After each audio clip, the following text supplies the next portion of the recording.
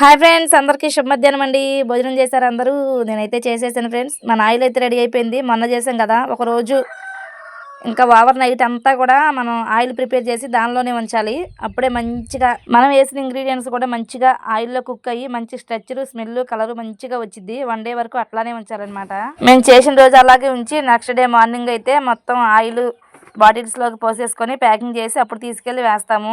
అయితే ఈ రోజు వరకు ఇప్పుడు ఈ టైం వరకు ఆర్డర్ పెట్టుకున్న వాళ్ళందరి బాటిల్స్ నేను ఇప్పుడే వేసేస్తున్నానండి. ఎందుకంటే సోప్స్ చెప్పాను కదా, సోప్స్కి ఇంకా 1 వీక్ టైం పట్టిద్దని.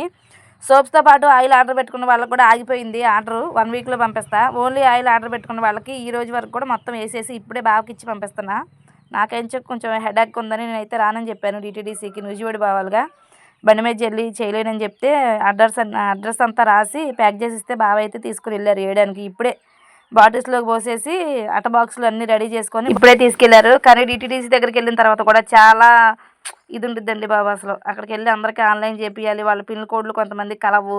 వాళ్ళకి ఫోన్ చేసి మీకు దగ్గరలో ఉన్న సిటీ చెప్పమనాలి. మనం డిటీడీసీ కొరియర్ ద్వారా పంపిస్తాము, పోస్ట్కి పంపించాం కాబట్టి పిన్ కోడ్ కంపల్సరీ సిటీ అయి ఉండాలి, పల్లెటూరుకి రాదు. అందరూ సిటీ వాళ్ళే ఉండరు కదా, అందుకే వాళ్ళకి పల్లెటూరులో ఉండే వాళ్ళ దగ్గరలో ఉన్న డిటీడీసీ కొరియర్ చెప్పమంటే వాళ్ళకి తెలియదు అనమాట.